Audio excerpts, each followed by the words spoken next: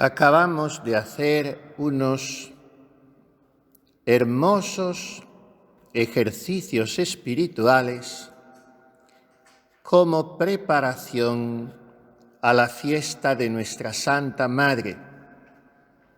Escribe así Santa Teresita recogiendo sus sentimientos. Como hemos dicho, tenían costumbre, también a veces lo encontramos en Sor Isabel de la Trinidad, las francesas, de prepararse así a la fiesta de Santa Teresa de Jesús. Y estos ejercicios son los de octubre, claro, de 1893. Esta carta es del 5 de noviembre a Leonia. La relación de Teresa con Leonia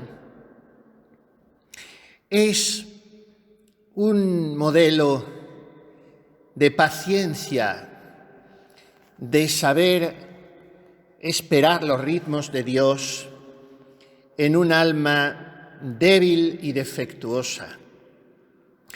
Leonia era una ovejita negra en medio de las hermanas. Quizá también por eso, porque estaba justo en medio y no tenía mucha intimidad ni con las mayores ni con las pequeñas. Y también porque había tenido una infancia difícil. Solo después de algún tiempo se descubrió que una de las criadas la había maltratado psicológicamente,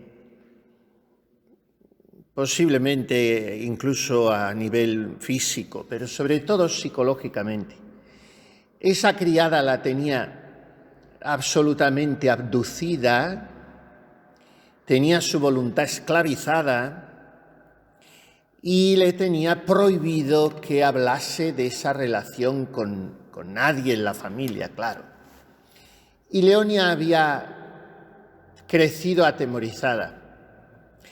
Eso, unido a su físico no agraciado y a su inteligencia más bien escasa, hacían que estuviera desencajada en el conjunto de unas hermanas pues muy bien dotadas intelectualmente y con un físico muy gracioso. Celina era muy guapa. Teresita y Paulina eran graciosas, tirando a guapas, muy bajitas. Bueno, Teresa era la más alta de las hermanas, 1,61. Para mujer no está mal. Las otras más bien chiquititas, pero en fin, chicas de la sociedad burguesa de la Francia decimonónica, muy bien educadas, muy bien habladas, muy bien vestidas y muy piadosas y muy inteligentes y muy completas. Muy completas. Paulina valía un valer. Pues ya vemos que el Papa Pío XI decidió que fuese priora vitalicia, que no hubiese más elecciones en el Carmen de Lisieux mientras viviera la Madre Inés de Jesús, que no solo fue priora, sino que fue directora de un secretariado abrumador al que llegaban cada día miles de cartas de todo el mundo. De manera que llevó la comunidad y llevó el proceso de canonización de su hermana con todo lo que eso conllevaba, de publicaciones incesantes, de visitas en el locutorio, de consultas a unos y a otros, de conocimientos con cardenales y prelados, en fin. Bueno, pues esto eran las hermanas Martín. Su madre Celia era una mujer muy valiosa, que se había abierto camino en la vida y había montado un negocio de encaje de Alençon, un negocio muy próspero, y tenía a su servicio muchas oficialas. Su padre la relojería y, en fin, habían hecho un capital y, sobre todo, habían hecho el capital más rentable de todos, que es una familia santa para el cielo. Bueno, pues ahí en medio estaba Leonia, como una pieza que siempre chirriaba. No se sabía nunca cómo hablarle. Era de esos caracteres difíciles y espinosos, a los que es difícil agradar y nunca se sabe cómo se les va a encontrar. Teresita usó su método, es el que usaba con Jesús. Recordemos que nos dice, a Jesús hay que ganarle por el corazón y a las almas también hay que ganarlas por el amor. Y es tan sabio el consejo del santico de Fray Juan: donde no hay amor, ponga amor y sacará amor. Y esto es lo que hace Teresita con Leonia. Y de las cartas, si es que se puede decir que alguna es más hermosa que otra, pero de las cartas más bonitas y en las que tiene pensamientos más agudos y más sorprendentes, Teresita, para mi gusto, son las que dirige a Leonia, que había entrado Clarisa y no había perseverado, había entrado Salesa y no había perseverado, había vuelto a entrar Salesa en otro monasterio y tampoco había perseverado. Y la cuarta entrada en el convento y la tercera en las visitandinas fue en la que ya cuajó. Últimamente se ha abierto su proceso de beatificación también, porque ella decía que era la obra más patente donde resplandecía la doctrinita de su hermana, precisamente porque era un alma débil, pobre, sin cualidades, sin virtudes, difícil, marcada desde su infancia por el rechazo, y el rechazo que ella iba provocando, claro. Hay almas que se pasan la vida lamentándose de que no las quiere nadie nunca. Bueno, por algo será, porque el rechazo es el que provocamos muchas veces. No es que todo el mundo se conjure en contra nuestra para hacernos la vida imposible. Es que hay personas que no se dejan querer porque tampoco saben querer. Pues un poco así era esta difícil muchacha, de rostro tan anguloso, de pómulos muy salientes. La configuración de los cráneos y de los rostros nos dice mucho de las personas, así como lo dicen las manifestaciones orgánicas de su salud o su falta de salud, que en muchísimas ocasiones son reflejo de psicologías enfermizas, así como lo dicen también su letra. En este sentido, la letra de Santa Teresita es un prodigio de equilibrio, de sensibilidad muy acendrada, pero muy controlada, de sentido estético, de amor por la belleza. La letra de Santa Teresita es una maravilla. Pues bien, ¿qué hace ella? Se vuelca con su hermana Leonia y le escribe esta carta, como otras muchas, desde el Carmelo. Cuando habla con las otras hermanas, dirá siempre la petite pauvre Léonie, la pobrecita Leonia, siempre dice. Y aquí le dice: qué manera de empezar una carta, qué manera de dirigirnos a alguien, qué delicadeza de hacer sentirse al otro importante para mí, de demostrarle, de hacerle entender que le quiero. Qué duros somos para esto. A veces pasamos la vida conviviendo estrechamente en comunidad y somos tan mezquinos, tan cicateros para decirnos las cosas buenas y tan fáciles y tan rápidos para reprocharnos las malas. Y no es que digo que haya que estar halagándose, y menos todavía adulándose, eso es repugnante, pero sí reconociendo las cosas buenas y agradeciendo y sonriendo. Así caen las torres más altas y las murallas de Jericó, con las trompetas de la dulzura, de la mansedumbre, de la paciencia, de la afabilidad.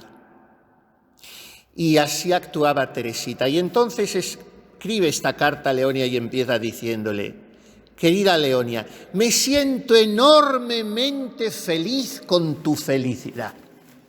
Tus cartas son para mí una verdadera alegría. Veo, sin ningún género de duda, que estás verdaderamente donde te quiere el Señor. Era una de las pruebas de vida religiosa que estaba haciendo. No terminó allí, porque cuando murió Teresita estaba en el mundo. Acompañó el cortejo fúnebre que salió del Carmelo hasta el cementerio municipal de Lisieux, pero en aquel momento estaba en el convento que fuese. Y Teresita le dice: cómo gozo con todo lo tuyo, qué alegría verte tan contenta, mi felicidad es la tuya. Y entonces a continuación le dice: qué bueno ha sido el Señor con nuestra familia. No ha permitido que ningún mortal se convirtiera en esposo de ninguna de nosotras. Y viene esto en lo que me quiero detener. Acabamos de hacer unos hermosos ejercicios espirituales como preparación para la fiesta de nuestra Santa Madre. El Padre nos ha hablado sobre todo de la unión con Jesús y de la belleza de nuestra vocación. Era un misionero de la liberación, se llamaba esa congregación. Y él era el padre Armando Lemonnier. Se ve que o les gustaba bastante a las monjas o no tenían otro, porque le llamaron varias veces. Les dio ejercicios este año 93 y los 2 años siguientes, 3 veces seguidas. Les volvió a dar. Y es un padre que tuvo una cierta influencia en Santa Teresita, dentro de que ella no se agarró nunca a ningún director ni pretendió esas cosas que sirven para darse un poco de importancia. Pero como era tan fiel, pues le pasó, porque fue durante los ejercicios del año 95, o había sido, hacía poco, cuando ella compuso el acto de ofrenda al amor misericordioso para que lo revisara este padre, fue el censor. Y le dijo: como siempre tenemos que manifestar un poco nuestra sapiencia teológica, aunque sea presunta, los sacerdotes. Y le dijo: mire, hermana, está muy bien, una oración muy bonita, pero no se puede admitir que ponga usted: siento en mí deseos infinitos, porque una criatura finita no puede tener deseos infinitos. Entonces, cámbielo por deseos inmensos. Este fue el padre. Se busca, habiendo delicadeza de conciencia, deseos de fidelidad, se busca el parecer de un letrado, y Teresita lo pasó a este padre Lemonnier y le dijo aquello. Pues bien, él fue el que dio aquellos ejercicios en el año 93. Unos ejercicios muy hermosos, dice Teresita. El Padre nos ha hablado sobre todo de la unión con Jesús y de la belleza de nuestra vocación. Y es que unos ejercicios son para ahondar en esto, para redescubrir el amor de predilección con que he sido amado por quien me ha llamado a una imitación tan estrecha de su vida y a un seguimiento tan radical de su camino de cruz. Para esto son los ejercicios, para redescubrir la belleza de mi vocación, para suspirar por la unión con Dios. Nos ha hecho ver todas las ventajas de la vida religiosa y en especial de la vida contemplativa. Nos ha puesto una comparación que me ha encantado: la receptividad de la santita haciendo sus ejercicios. Seguramente no tenía posibilidad de escribir.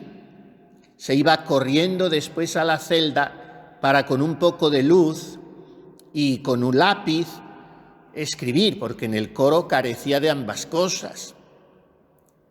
Estarían a oscuras, aunque es verdad que una de las pocas veces que fue a Lisieux el padre Pichon, jesuita, director de todas ellas, era ella postulante o novicia y la vio rezando en el coro.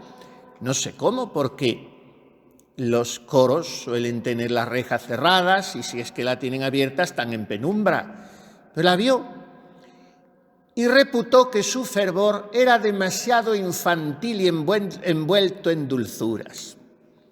Fíjese qué vista tuvo el padre Pichon. Pensó que era la piedad de una niña, aquella con la que estaba rezando Teresita allí arrodillada. Pero en fin, ¿cómo ella retenía las ideas que les daban los predicadores? Marchando después a su celda y apuntando. ¿Y qué les dijo este padre Lemonnier, misionero de la Liberación, congregación que yo nunca había oído? Mirad los robles de nuestros campos, cómo crecen a lo ancho. Echan ramas a derecha e izquierda, nada los contiene, por eso no alcanzan nunca gran altura. Por el contrario, mirad los robles de los bosques, que están presionados por todos lados. No reciben luz más que desde arriba, por eso su tronco está desprovisto de todas esas ramas disformes que les roban la savia que necesitan para elevarse hasta lo alto.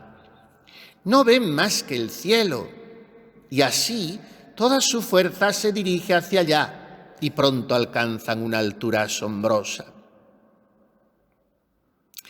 En la vida religiosa, miren qué aplicación, para mi gusto un poco forzada, pero a Santa Teresita le llenó.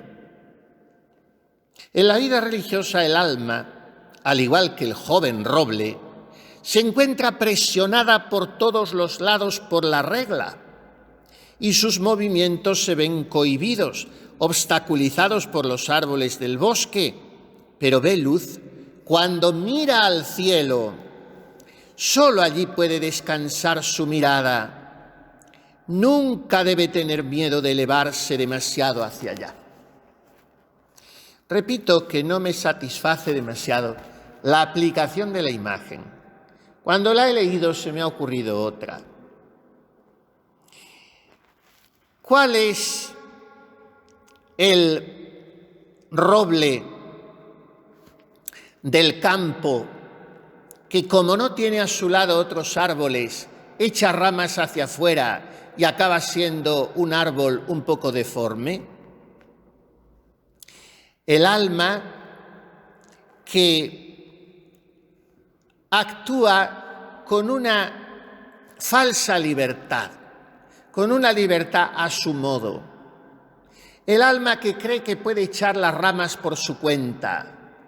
El alma que no es dócil, que no obedece, que no se deja labrar por los demás de la comunidad, que está un poco bravía, a su aire, en medio del campo.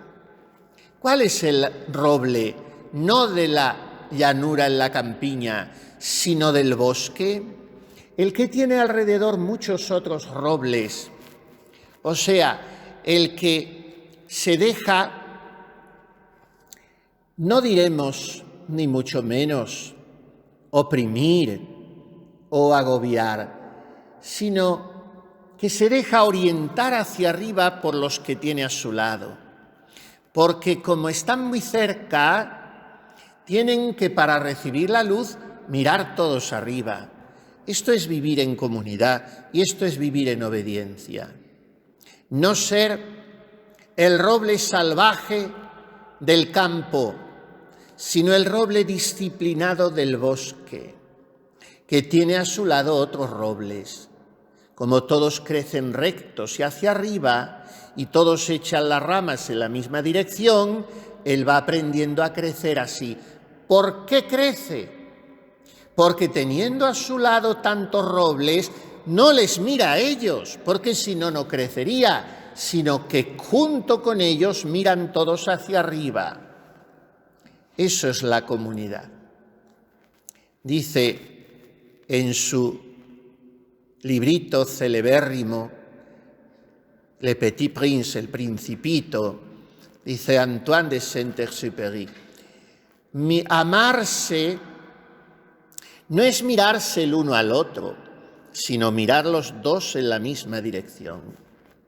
Por eso hablábamos esta mañana de que está en los antípodas del verdadero amor el egoísmo que hace que yo me sirva del otro.